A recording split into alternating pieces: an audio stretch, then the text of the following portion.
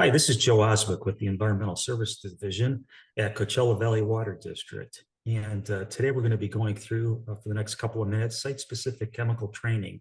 This is an annual required training through Riverside County uh, Department of Environmental Health and Safety. And we do get inspected at facilities throughout the year. And during those inspections, people that come out from the county ask to see training records. So this fulfills that requirement. I did want to let you know that at the end of this training, there will be a brief quiz, 4 or 5 question quiz. Very straightforward. You'll all have an easy time passing the quiz, I'm sure, as we go through these slides. Very basic information. Again, my name is Joe Osmick. My contact information is the lower left-hand corner, email address and extension. If you have any questions, please feel free to reach out. Your supervisor will be collecting your completed quizzes as well as the rosters and then forwarding to me that information so I have it on record. So this training will cover you for 2023, and then we'll be going through information again as a refresher next year. And like I said, if you have any questions, I'm here as a resource. Feel free to reach out. So let's get started. So our agenda, what are we going to be talking about? These 5 or 6 points, we're going to be talking about safety data sheets, how the SDS is organized, very basic information. We'll talk about the chemicals they typically handle on site in quantities that are greater than 55 gallons, 500 pounds, or 200 cubic feet. We're going to touch upon empty containers, some concerns with how you handle empty containers. As a refresher, want to talk about that. NFPA, National Fire Protection Association information, the placards, the multicolored placards that you see at sites. We're going to go through those. And then right to know, as an employee of the district, you have a right to access safety data sheets. I'm going to walk you through the process and how to access those. And when you look up information, as you walk through that, you should feel free to reach out to me. I'll be happy to walk through any SDS with you and make sure that you have the necessary information to make sure that, number one, you're protected and you're comfortable with the materials that you're using in the field. So safety data sheets, 16 sections, with the number of safety data sheets that we have, I'm going to focus or zero in on 3 of the 16 sections. I mean, they're all equally important, but these will probably be the most useful in your day-to-day activities when you work with these hazardous materials. So number 2, hazard identification. We'll go through that, first aid measures and firefighting measures. Chemicals on site. We'll be talking about diesel, acetylene, compressed oxygen, and calcium hypochlorite.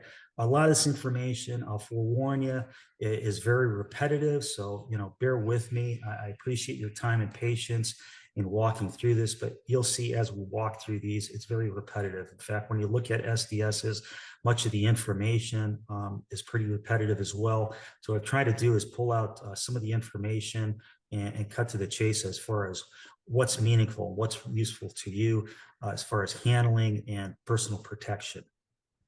So diesel fuel, okay, most commonly used with our backup emergency generators, okay. It is a flammable liquid. Flash point is 125 degrees Fahrenheit. When exposed to diesel fuel without PPE can cause damage to organs. So I emphasize the fact that you should be wearing your PPE, safety glasses, protective gloves, steel-toed boots. In some cases, you may need to be wearing a hard hat as well.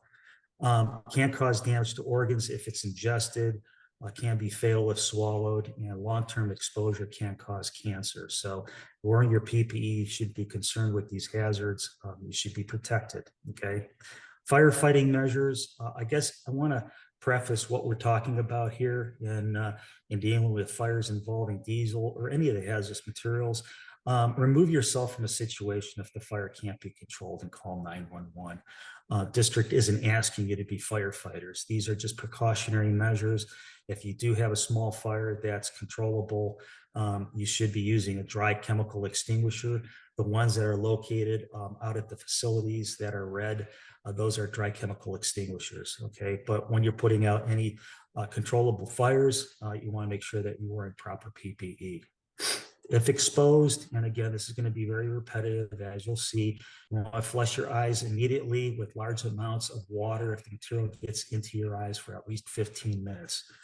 Okay, skin, remove contaminated clothing and shoes, wash the exposed area thoroughly with soap and water. If you get succumbed by diesel fuel fumes, you want to move to fresh air. I know I'm stating the obvious, and seek medical attention. All right, if it's ingested, do not induce vomiting. Some of the safety data sheets mentioned to use CPR.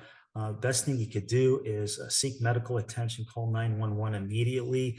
You don't want to induce vomiting, it can cause more damage than anything. So the next hazardous material we're going to be reviewing is acetylene. And I realize looking at this slide, there is quite a bit of information here as far as hazards, exposure, and firefighting measures.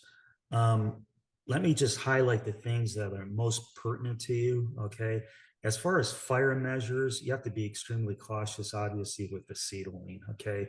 Remove yourself from the situation if the fire can't be controlled and call 911. One thing to consider, obviously. You want to evacuate personnel from the area and remove the ignition sources and containers without any risk to yourself and anyone else. The combustion product of this material is carbon monoxide, obviously a colorless, odorless gas. So you want to proceed in dealing with fires in a very cautious way. Best thing is to back down and simply call 911. As far as exposure, again, if acetylene does enter your eyes, the gas, you want to gently flush your eyes with water for at least 15 minutes. Skin, remove the contaminated clothing and shoes, immerse the affected area in water and wash the exposed with soap and water. This would be any residual gas that would get on your skin or eyes. Inhalation, like mentioned in the firefighting measures, evacuate the area, move to fresh air, and get medical attention. Thing with acetylene, it has a distinctive garlic-like smell from the additives in the material. If it's ingested, do not induce vomiting, move to fresh air and seek medical attention, okay? Hazards, hazard, main one is exposure that can cause headache, drowsiness, and dizziness. Forms explosive mixtures with air. This is further down along the hazards. It's the fifth one down. Recommended use of non-sparking tools when working with storage containers. This would be non-sparking equipment, hand tools. Store in a secure area away from flammable materials with the protective cap on, and never attempt to lift the cylinder by its cap. The cap is intended to protect the valve, okay? So when you're moving this, you shouldn't be moving it by leveraging the valve at the top of the cylinder. Now I'm stating the obvious. Again, this is just refresher information that is outlined in the STSs. Compressed oxygen. Again, a lot of information looking at the hazards, exposure for an extended time to the compressed oxygen greater than 2 hours can cause dizziness, cough, sore throat, chest pain, and breathing difficulty. Obviously with compressed oxygen, if you have a situation with a fire, it can accelerate combustion. So you need to be aware of that. If there is compressed oxygen, back down and stand down and move away from the situation. Never attempt to lift the cylinder by its cap. The cap, again, is intended to protect the valve. Can't emphasize that enough. Always secure the containers in an upright location or position and keep them from falling, and install the protective cap as shown here in the slide. Firefighting measures, again, I know it's very repetitive. Remove yourself from the situation if fire cannot be controlled and call 911. The main thing with compressed oxygen, you want to stop the flow of the product if it's safe to do so. Wear proper PPE, safety glasses, steel toe boots, gloves. Heat of fire can build pressure if the container can cause it to rupture. So you need to be very cautious in working with this material in a fire condition, okay? If exposed, gets into your eyes for an extended period of time, again, the STS indicates that you want to rinse your eyes with clean water for 15 minutes. Don't have any adverse effects to your skin. Inhalation, you want to move to fresh air and seek medical attention.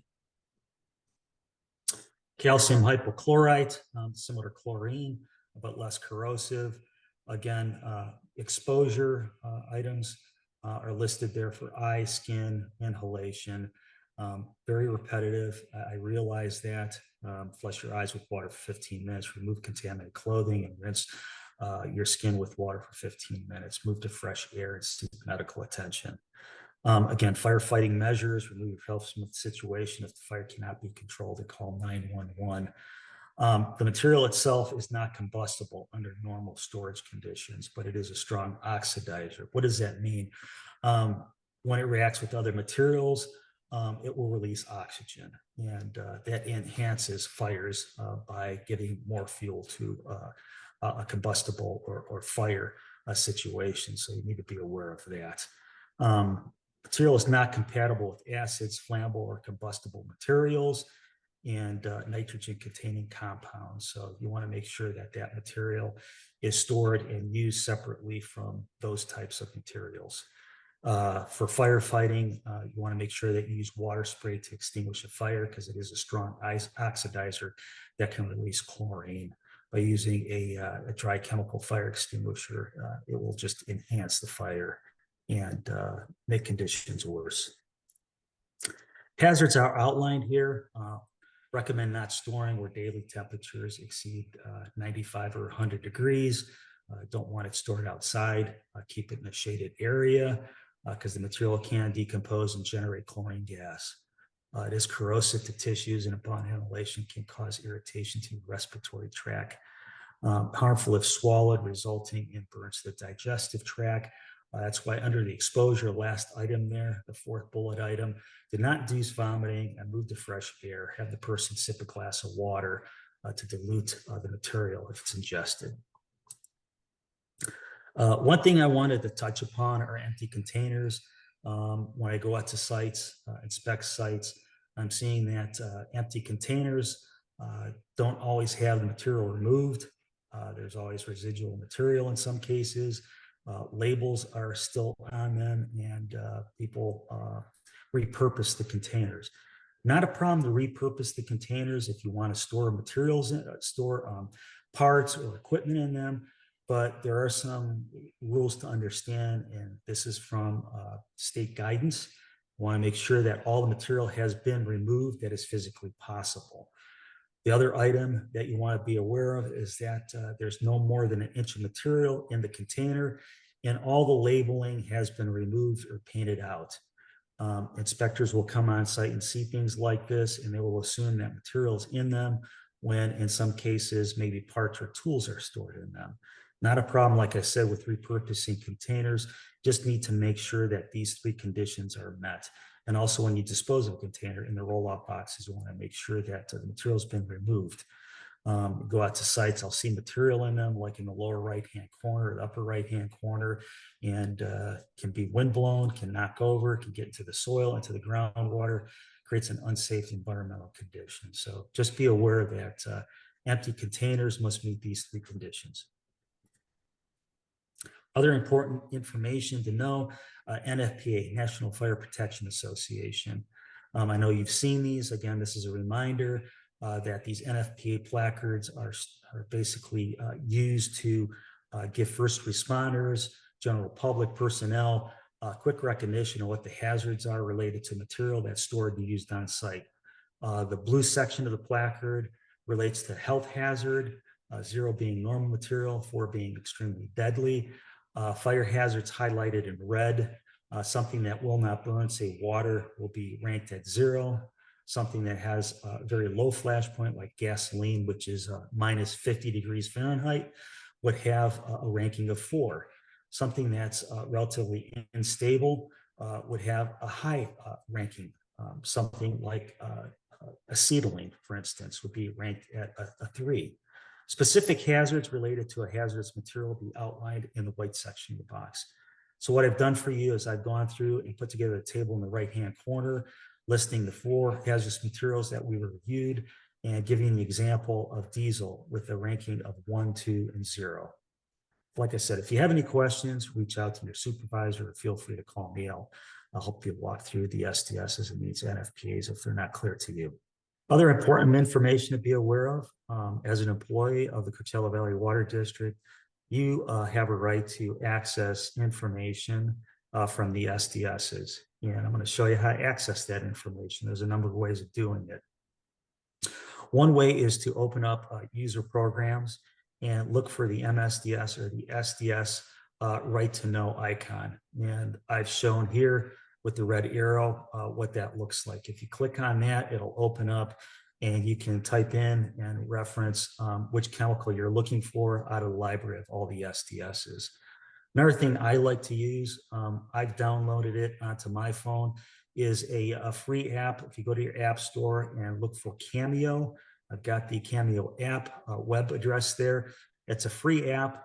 You can download that and it'll give you a quick reference guide to, the chemical identifiers, the hazards, the physical properties, quick reference tool. So in this case, I have chlorine typed in.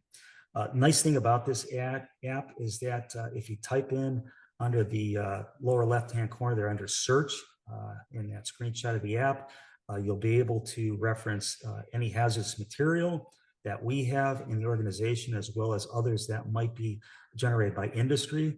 You can build a library of your chemicals or hazardous materials that you're working with as an easy tool to use in referencing any of the hazards, response recommendations, et cetera. So it's a nice tool to have. Probably the easiest way to access SDSs, though, is to go to the organization's internet and go to safety.